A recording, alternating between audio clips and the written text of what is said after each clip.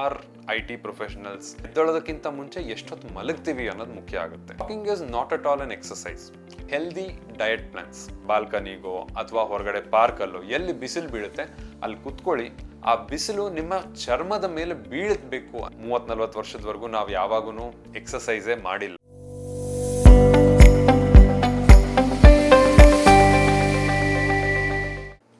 ಎಲ್ರಿಗೂ ನಮಸ್ಕಾರ.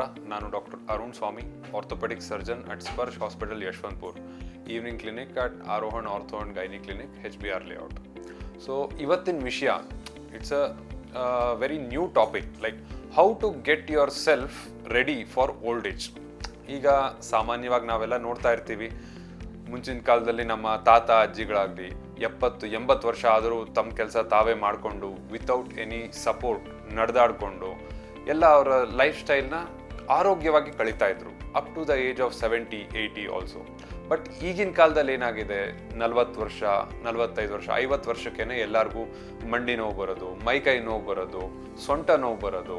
ಇದಲ್ಲದೆ restriction of daily living activities, ನಾವು ದಿನನಿತ್ಯ ಕಾರ್ಯ ಏನು ಮಾಡಬೇಕಂತ ಅನ್ಕೊಳ್ತೀವಿ ಅದರಲ್ಲೆಲ್ಲ ಅಡೆತಡೆಗಳು ಉಂಟಾಗೋದು, ಇದೆಲ್ಲ ಆಗ್ತಾ ಇರುತ್ತೆ. ಸೊ ಇವತ್ತಿನ ವಿಡಿಯೋ ನಾನು ನಿಮಗೆ ಒಂದಷ್ಟು ಟಿಪ್ಸ್ ಕೊಡ್ತೀನಿ, ಸೋ ದಟ್ ನೀವು ಆರೋಗ್ಯವಂತರಾಗಿ ಲಾಂಗ್ ಟೈಮ್ವರೆಗೂ ಜೀವನನ ಕಳೆಯೋದಕ್ಕೆ. ಸೊ ಫಸ್ಟ್ ಆಫ್ ಆಲ್ ಇದೆಲ್ಲ ಯಾಕೆ ಆಗ್ತಿದೆ ಹೀಗೆ ಅಂತ ತಿಳ್ಕೊಳ್ಳೋಣ. ಇವಾಗ ನಿಮಗೆಲ್ಲ ಗೊತ್ತಿರೋ ಥರ, ಮುಂಚಿನ ಕಾಲದ ಥರ ಪ್ರತಿಯೊಬ್ಬರು ಅಗ್ರಿಕಲ್ಚರ್ ಹೊಲಕ್ಕೆ ಹೋಗೋದು, ತುಂಬ ದುಡಿಮೆ ಮಾಡೋದು, ಬೆಳಗಿಂದ ಸಾಯಂಕಾಲದವರೆಗೂ ನಿಂತು ನಡೆದಾಡ್ತಿರೋದು, ಆ ಥರ ಆಕ್ಯುಪೇಷನ್ಸ್ ಎಲ್ಲ ಇವಾಗ ಸಾಕಷ್ಟು ಕಡಿಮೆ ಆಗ್ಬಿಟ್ಟಿದೆ. Most of them are IT professionals, desk job, ಎಲ್ಲೇ ಹೋದ್ರೂ ಆಫೀಸಲ್ಲಿ ಕೂತ್ಕೊಂಡು ಏರ್ ಕಂಡೀಷನ್ ರೂಮಲ್ಲಿ ಕೂತ್ಕೊಂಡು ಕೆಲಸ ಮಾಡುವಂತಹ ಅಭ್ಯಾಸ ಜಾಸ್ತಿ ಆಗಿದೆ. ಅದಲ್ಲದೆ ರೀಸೆಂಟಾಗಿ ಕೋವಿಡ್ ಟೈಮಿಂದ ವರ್ಕ್ ಫ್ರಮ್ ಹೋಮ್ ಕೂಡ ತುಂಬಾ ಜಾಸ್ತಿ ಆಗಿದೆ. ಸೊ ವರ್ಕ್ ಫ್ರಮ್ ಹೋಮಲ್ಲಿ ಏನು ಮಾಡ್ತೀವಿ ನಾವು, most of the time computer ಮುಂದೆ ಕೂತ್ಕೊಂಡಿರೋದು, ಎಲ್ಲೂ ಹೊರಗಡೆ ಹೋಗೋದಿಲ್ಲ, ಫಿಸಿಕಲ್ ಆ್ಯಕ್ಟಿವಿಟಿ ಇರೋದಿಲ್ಲ, ಈ ಥರದ್ದೆಲ್ಲ ಆಗ್ತಾ ಇರುತ್ತೆ. ಆ್ಯಂಡ್ ಸೆಕೆಂಡ್ ಥಿಂಗ್, ಇವಾಗ ಮನೆಯಲ್ಲೇ ಕೂತ್ಕೊಂಡಿದ್ದು ನಿಮಗೆ ಊಟ ಮಾಡ್ಬೇಕಂತ ಅನ್ಸುತ್ತೆ, ಅಡುಗೆ ಮಾಡ್ಕೊಳ್ಳೋಕ್ಕೂ ಮೊತ್ತುಗೊಡ್ಲು. ಅಂಥ ಟೈಮಲ್ಲಿ ಏನು ಮಾಡ್ತೀವಿ, ಸ್ವಿಗ್ಗಿ, ಝೊಮ್ಯಾಟೊ, ಒಂದು 5 ನಿಮಿಷ ಬಾರಪ್ಪ ಏನಾದರೂ ಆರ್ಡರ್ ಮಾಡಿಬಿಡೋಣ ಅಂತಂದು ಆರ್ಡರ್ ಮಾಡ್ತೀವಿ. ಆಯಿತು, ಆರ್ಡರ್ ಮಾಡ್ತೀವಿ, ಒಳ್ಳೆ ಆಹಾರಗಳನ್ನು ಆರ್ಡರ್ ಮಾಡ್ತೀವಾ? ಇಲ್ಲ, pizza, burger and highly processed food items, ಆ ಥರದ್ದೆಲ್ಲ ಆರ್ಡರ್ ಮಾಡ್ತೀವಿ. ಸೊ ಹಿಂಗಿರುವಾಗ ಏನಾಗುತ್ತೆ, ಓವರ್ ಆಲ್ ಫ್ರಮ್ ಬೆಳಗ್ಗೆ ಎದ್ದಾಗಿಂತ ರಾತ್ರಿ ಮಲಗೋವರೆಗೂ ನಮ್ಮ ಲೈಫ್ ಸ್ಟೈಲಲ್ಲಿ ಒಂದು ಆ್ಯಕ್ಟಿವಿಟಿ ಅನ್ನೋದಿರೋದಿಲ್ಲ. ಎರಡನೇದು, ಒಳ್ಳೆ ಫುಡ್ ಹ್ಯಾಬಿಟ್ಸ್ ಅನ್ನೋದಿರೋದಿಲ್ಲ. ಅದಲ್ಲದೆ ಮೋಸ್ಟ್ ಇಂಪಾರ್ಟೆಂಟ್ ಇಸ್, ಕೆಲವೊಬ್ಬರಿಗೆ ಕೆಟ್ಟ ಚಟಗಳು ಇದ್ದೇ ಇರ್ತವೆ, ಲೈಕ್ ಸ್ಮೋಕಿಂಗ್ ಆಗಲಿ, ಆಲ್ಕೋಹಾಲಿಸಮ್ ಆಗಲಿ. ಸೊ ಈ ಥರದ್ದನ್ನು ಸಹ ಯಾವಾಗ ಎಂಟಿ ಮೈಂಡ್ ಇಸ್ ಡೆವಿಲ್ಸ್ ವರ್ಕ್ಶಾಪ್ ಅಂತ ಹೇಳ್ತಾರೆ, ಯಾವಾಗ ನಾವು ಖಾಲಿ ಕೂತಿರ್ತೀವಿ ಈ ಥರ ಚಟಗಳಿದ್ದಾಗ ಮತ್ತೆ ಹೋಗಿ ಸ್ಮೋಕ್ ಮಾಡೋದಾಗಲಿ, ಮತ್ತೆ ಫ್ರೀಕ್ವೆನ್ಸಿ ಆಫ್ ಡ್ರಿಂಕಿಂಗ್ ಇನ್ಕ್ರೀಸ್ ಮಾಡೋದಾಗಲಿ, ಈ ಥರದ್ದೆಲ್ಲ ಆಗ್ತಾ ಇರುತ್ತೆ. ಸೊ ಇವನ್ನೆಲ್ಲ ಒಂದು ರೀತಿಯಲ್ಲಿ ಒಂದು ಹತೋಟಿಯಲ್ಲಿ ಇಟ್ಕೋಬೇಕು. ಯಾವ್ಯಾವುದು ಬೇಡವೋ ಅದನ್ನು ಬೇಡ ಅಂತ ಅನ್ನೋದು ನಮ್ಮ ಮನಸ್ಸಿಗೆ ಬರಬೇಕು. ಸೊ ಇದಕ್ಕೆಲ್ಲ ಹೇಗೆ 1 by 1 ಇದನ್ನೆಲ್ಲ ಸರಿಪಡಿಸ್ಕೊಳ್ಳೋದು ಹೇಗೆ ಅನ್ನೋದನ್ನು ನಾನು ಮುಂದೆ ಹೇಳ್ತೀನಿ. ಸೊ ಎಲ್ಲದಕ್ಕಿಂತ ಮೊದಲು ನಾವು ಬೆಳಿಗ್ಗೆ ಎದ್ದೇಳೋ ಟೈಮಿಂಗ್, ಓಕೆ, ಎದ್ದೇಳೋದಕ್ಕಿಂತ ಮುಂಚೆ ಎಷ್ಟೊತ್ತು ಮಲಗ್ತೀವಿ ಅನ್ನೋದು ಮುಖ್ಯ ಆಗುತ್ತೆ. ನಮ್ಮ ದೇಹಕ್ಕೆ ಸುಸ್ಥಿತಿಯಲ್ಲಿರಬೇಕು ಅಂತಂದರೆ minimum 6 to 8 hours of good sleep ಬೇಕೇ ಬೇಕು. ಸೊ ನೀವು ರಾತ್ರಿ ಎಷ್ಟು ಗಂಟೆಗೆ ಮಲಗಿದ್ರೂ ಬೆಳಿಗ್ಗೆ ಎದ್ದೇಳೋಕ್ಕಿಂತ ಮುಂಚೆ ಅಟ್ಲೀಸ್ಟ್ 6 to 8 hours ನಿದ್ದೆ ಮಾಡಿದ್ದೀರಾ ಅನ್ನೋದನ್ನು ನೋಡ್ಕೋಬೇಕಾಗುತ್ತೆ. ಎರಡನೇದು, ಎದ್ದ ತಕ್ಷಣ ತಿಂಡಿ ತಿನ್ನೋದಾಗಲಿ, ಊಟ ಮಾಡೋದಾಗಲಿ, ಅದು ಕೆಟ್ಟ ಅಭ್ಯಾಸ. ಸೊ ಫಸ್ಟ್ ನಿಮ್ಮ ದೇಹಕ್ಕೆ ಹೈಡ್ರೇಷನ್ ಬೇಕಾಗಿರುತ್ತೆ. ಒಂದು ಅರ್ಧ ಲೀಟ್ರಷ್ಟು ನೀರನ್ನು ಚೆನ್ನಾಗಿ ಕುಡಿಯೋದು, ಕುಡಿದ್ಬಿಟ್ಟು ನೆಕ್ಸ್ಟ್ ಥಿಂಗ್ ಇಸ್ ವ್ಯಾಯಾಮ. ಇವಾಗ ಎದ್ದ ತಕ್ಷಣ ಕಾಫಿ ಕುಡಿಯೋದು, ಟೀ ಕುಡಿಯೋದು, ಇದೆಲ್ಲ ಕೆಟ್ಟ ಅಭ್ಯಾಸ ಅಂತ ಹೇಳ್ತಾರೆ. ಬಟ್ ಎಲ್ಲಿವರೆಗೂ ಕೆಟ್ಟ ಅಭ್ಯಾಸ ಅನ್ನೋದು it is not the right thing. But coffee tea ಕುಡಿಯೋದ್ರಿಂದ ಏನಾಗುತ್ತೆ, ಕೆಲವರಿಗೆ ಗ್ಯಾಸ್ ಆಗೋ ಚಾನ್ಸ್ ಎಲ್ಲ ಜಾಸ್ತಿ ಇರುತ್ತೆ. ಹಾಗಾಗಿ ಖಾಲಿ ಹೊಟ್ಟೆಯಲ್ಲಿ ಆ ಥರ ಡ್ರಿಂಕ್ಸನ್ನು ತಗೊಳ್ಳೋದು ಒಳ್ಳೆಯದಲ್ಲ. But you can always choose fruits over coffee and tea early morning ಎದ್ದ ತಕ್ಷಣ. ಅದಾದಮೇಲೆ ಏನಪ್ಪ, ಎದ್ವಿ, ಒಂಚೂರು ನೀರು ಕುಡಿದ್ವಿ, ಯಾವುದಾದ್ರೂ ಹಣ್ಣು ತಿಂದ್ವಿ, ಮಿನಿಮಮ್ 30 to 45 minutes ಇದು ನಿಮಗೋಸ್ಕರ ಒಂದು ದಿನದಲ್ಲಿ 30-45 ನಿಮಿಷ ನಿಮ್ಮ ಆರೋಗ್ಯಕ್ಕೋಸ್ಕರ, ನಿಮ್ಮ ಫ್ಯೂಚರ್ಗೋಸ್ಕರ ನೀವು ಡೆಡಿಕೇಟ್ ಮಾಡಬೇಕಾಗುತ್ತೆ. ಸೊ ಈ 30 to 45 ಮಿನಿಟ್ಸಲ್ಲಿ ನೀವೇನು ಮಾಡಬೇಕು, mild to moderate physical activity. ಏನಪ್ಪ ಮೈಲ್ಡ್ ಟು ಸುಮ್ಮನೆ ವಾಕಿಂಗ್ ವಾಕಿಂಗ್ ಮಾಡ್ತೀವಿ ಸರ್ ನಾವು ದಿನಕ್ಕೆ 3 kilometre 4 kilometre. Walking is not at all an exercise. Walking ನಿಮ್ಮ ಹಾರ್ಟ್ಗೆ ಒಳ್ಳೇದೇ ಹೊರತು, ಬಟ್ ಓವರ್ ಆಲ್ ಬಾಡಿಗೆ ಕೇವಲ ವಾಕಿಂಗ್ ಹೆಲ್ಪ್ ಆಗೋದಿಲ್ಲ. ಸೊ ಲೈಟ್ ಜಾಗಿಂಗ್ ಮಾಡೋದು ಮೊದಲನೇದಾಗಿ, ಲೈಟ್ ಜಾಗಿಂಗ್. ಅದರಿಂದ ಏನಾಗುತ್ತೆ, ನಿಮ್ಮ ಮಸಲ್ಸ್ ಎಲ್ಲ ಸ್ವಲ್ಪ ಎಕ್ಸ್ಟ್ರಾ ಯುಟಿಲೈಸೇಷನ್ ಆಗುತ್ತೆ. Second thing, light jogging is for strengthening. Second thing ಏನಂತಂದ್ರೆ ಸ್ಟ್ರೆಚಿಂಗ್. ನಿಮ್ಮ ದೇಹದಲ್ಲಿ ಎಷ್ಟು ಜಾಯಿಂಟ್ಸ್ ಇದಾವೆ, ಅಡಿಯಿಂದ ಮುಡಿಯೋವರೆಗೂ ಅಂತಾರೆ, ಅಂದ್ರೆ ಕತ್ತಿಂದ ಹಿಡಿದು ಪೂರ್ತಿ ಕಾಲ್ವರೆಗೂ ಎಲ್ಲ ಜಾಯಿಂಟ್ಸ್ ಅನ್ನು ಅದರ ಪೂರ್ತಿ ಮೂವ್ಮೆಂಟ್ ಏನಿರುತ್ತೆ ದಿನಕ್ಕೆ 10 ಸತಿನಾದ್ರೂ ಮಾಡಬೇಕು. ಸಿಂಪಲ್ ಎಕ್ಸಸೈಸ್, ಸೂರ್ಯ ನಮಸ್ಕಾರ. ಅದಲ್ಲದೆ ಯೋಗದಲ್ಲಿ initial stretching of each and every joint ಮಾಡಿಸ್ತಾರೆ. ನೀವು 1-2 ದಿನ ಪ್ರಾಕ್ಟೀಸ್ ಮಾಡ್ಕೊಂಡ್ರಿ ಅಂತಂದ್ರೆ you will get the hang of it. Eventually ಏನಾಗುತ್ತೆ, ನಿಮ್ಮ ಬಾಡಿ ಮೊಬಿಲಿಟಿ ಇಂಪ್ರೂವ್ ಆಗುತ್ತೆ, ಫ್ಲೆಕ್ಸಿಬಿಲಿಟಿ ಇಂಪ್ರೂವ್ ಆಗುತ್ತೆ, ಆ್ಯಂಡ್ ಯಾವುದೇ ರೀತಿಯ ಸ್ಟಿಫ್ನೆಸ್ ಇರೋದಿಲ್ಲ. ನಿಮ್ಮ ದಿನನಿತ್ಯದ ಆಕ್ಟಿವಿಟೀಸಲ್ಲಿ ಇವಾಗ ಬಗ್ಗೆ ಏನಾದರೂ ತಗೋಬೇಕು ಅಥವಾ ಮೇಲ್ಗಡೆಯಿಂದ ಏನಾದರೂ ತಗೋಬೇಕು ಅಂಥ ಮೊಮೆಂಟಲ್ಲಿ ನಿಮಗೆ ಆ ಆಯಾಸ ಅನ್ನೋದು ಅನ್ಸೋದಿಲ್ಲ. ಸೊ ಎರಡನೇದಾಗಿ, ಇವಾಗ ಎದ್ರಿ, ನೀರು ಕುಡಿದ್ರಿ, ಹಣ್ಣುಗಳು ತಿಂದ್ರಿ, ಎಕ್ಸಸೈಸ್ ಮಾಡಿದ್ರಿ. Next coming to healthy diet plans.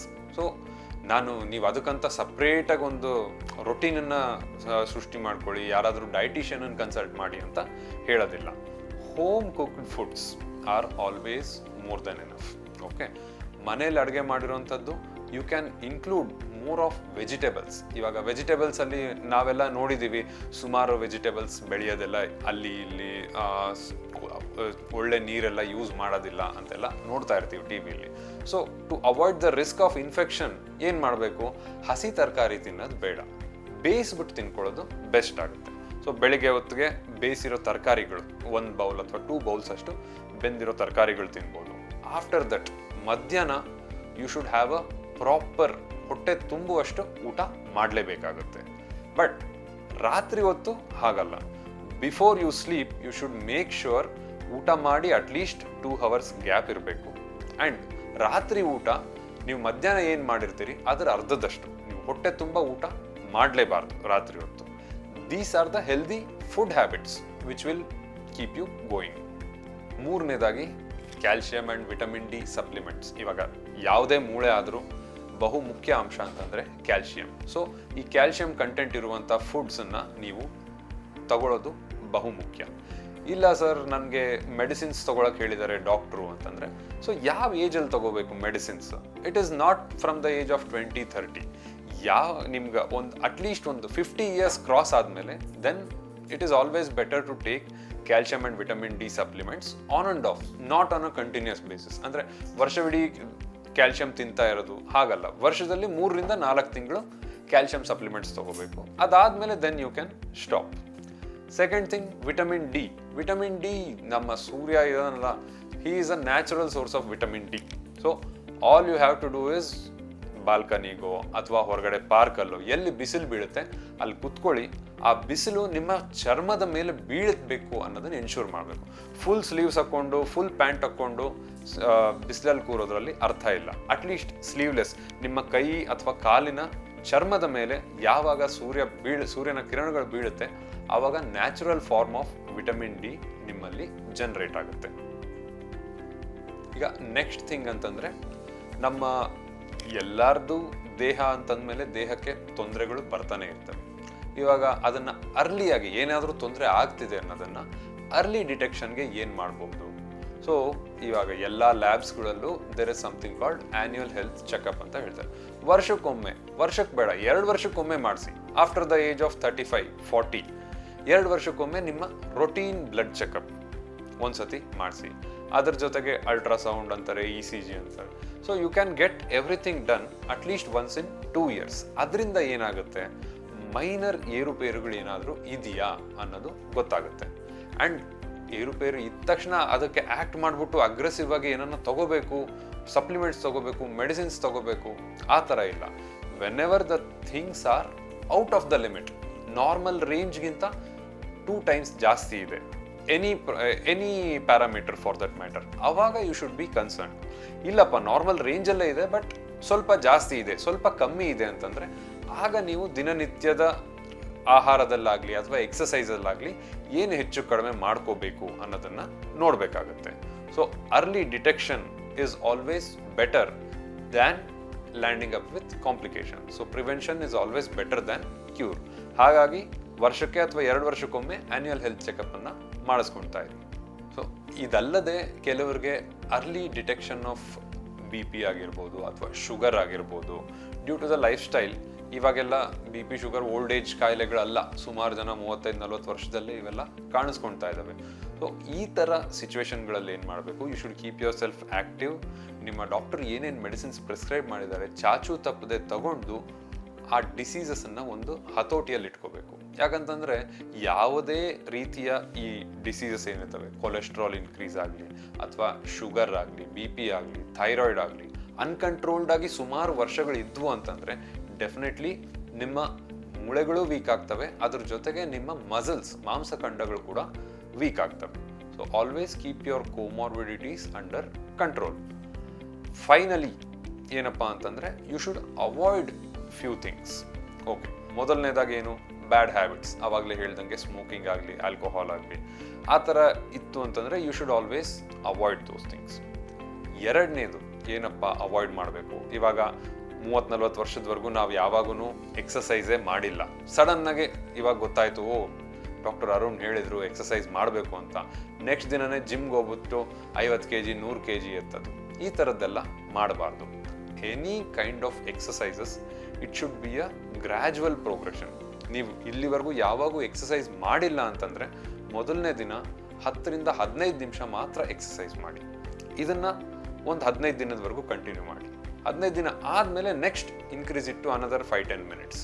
So ಯಾವ ರೀತಿ ಇಂಪ್ರೂವ್ ಮಾಡ್ಬೇಕಂತಂದರೆ, ಇವತ್ತು ನೀವೇನು ಮಾಡ್ತಾ ಇದ್ದೀರಿ ನೆಕ್ಸ್ಟ್ ಮಂತ್ ಅದರ 10-20% ಅಷ್ಟು ಎಕ್ಸ್ಟ್ರಾ ಮಾಡಬೇಕು. ಇವತ್ತು ನೀವು 100% ಮಾಡ್ತಾ ಇದ್ದೀರಾ ಅಂತಂದರೆ ನೆಕ್ಸ್ಟ್ ಮಂತಲ್ಲಿ ನೀವು 110-120% ಅಷ್ಟು ಆ್ಯಕ್ಟಿವಿಟಿ ಮಾಡಬೇಕು. ಆವಾಗ ನಿಮ್ಮ ಮೂಳೆ ಮತ್ತು ಮಾಂಸಗಳಿಗೆ ಸಫಿಷಿಯಂಟ್ ಟೈಮ್ ಸಿಗುತ್ತೆ to adjust to the physical activity which you are doing. ಯಾವಾಗ ನೀವು ಸಡನ್ನಾಗೆ ಇನ್ಕ್ರೀಸ್ ಮಾಡಿಬಿಡ್ತೀರಾ, ಇವತ್ತು 5 kg ಇರ್ಬಿಟ್ಟು ನಾಳೆ 10 kg ವೆಯ್ಟ್ಸ್ ಎಲ್ಲ ಎತ್ತಕ್ಕೆ ಹೋಗ್ತೀರಾ, ಆ ಟೈಮಲ್ಲಿ ಜಾಯಿಂಟ್ ಪೇಯ್ನ್ ಬರೋ ಚಾನ್ಸ್ ಇರುತ್ತೆ. There is something called tendinitis. Tendon ಅಂತಂದರೆ ಮಸಲ್ ಎಲ್ಲಿ ಮೂಳೆಗೆ ಅಟ್ಯಾಚ್ ಆಗುತ್ತಲ್ಲ ಆ ಭಾಗ. ಸೊ ಅಲ್ಲಿ ಎಳ್ತ ಬರೋದು, ಟೆನ್ನಿಸ್ ಎಲ್ಬೋ ಆಗೋದು, ಹೀಲ್ ಪೇಯ್ನ್ ಬರೋದು, ಸೊಂಟ ನೋವು ಬರೋದು, ಮೊಣಕಾಲು ನೋವು ಬರೋದು. ಸೊ ಇವೆಲ್ಲ ಆಗೋ ಚಾನ್ಸ್ ಇರುತ್ತೆ. ಹಾಗಾಗಿ it is always better take it slow and gradual. ನಮ್ಮ ಹತ್ರ ನಮ್ಮ ದೇಹನ ಇಂಪ್ರೂವ್ ಮಾಡ್ಕೊಳ್ಳೋಕೆ we have the whole life time. 2 ದಿನದಲ್ಲಿ ಅಥವಾ 2 ತಿಂಗಳಲ್ಲಿ ಆಗಬೇಕನ್ನೋದಿಲ್ಲ. So let it be an organic growth. ನಿಮ್ಮ ಫುಡ್ ಹ್ಯಾಬಿಟ್ಸ್ ಕರೆಕ್ಟಾಗಿ ಇಟ್ಕೊಳ್ಳಿ, ನಿಮ್ಮ ಡಯಟ್ ಪ್ಲ್ಯಾನ್ ನೋಡ್ಕೊಳ್ಳಿ, sleep well and don't stick to sedentary life style. ಯಾವಾಗ ನೀವು ಲಾಂಗ್ ಅವರ್ಸ್ ಕುತ್ಕೊಂಡು ಕೆಲಸ ಮಾಡ್ಬೇಕಂತಂದ್ರೂ every hour or every 2 hour ಎದ್ಬಿಟ್ಟು ಒಂದು 5 ನಿಮಿಷ ಓಡಾಡೋದು, ಸ್ಟ್ರೆಚಿಂಗ್ ಮಾಡೋದು, ಈ ಥರ ಮಾಡ್ತಾ ಇರಿ. Thank you so much for watching my video. Latest ಹಾಗೂ ಇಂಟ್ರೆಸ್ಟಿಂಗ್ ಸುದ್ದಿಗಳಿಗಾಗಿ ಬಾಸ್ ಟಿವಿ ಕನ್ನಡ ಚಾನೆಲ್ನ ಸಬ್ಸ್ಕ್ರೈಬ್ ಮಾಡಿ, ಹಾಗೆಯೇ ಬೆಲ್ ಐಕಾನ್ ಪ್ರೆಸ್ ಮಾಡಿ. ಇದರ ಜೊತೆಗೆ ಫೇಸ್ಬುಕ್, ಇನ್ಸ್ಟಾಗ್ರಾಮ್, ಎಕ್ಸ್ನಲ್ಲೂ ಮಿಸ್ ಮಾಡದೆ ಫಾಲೋ ಮಾಡಿ.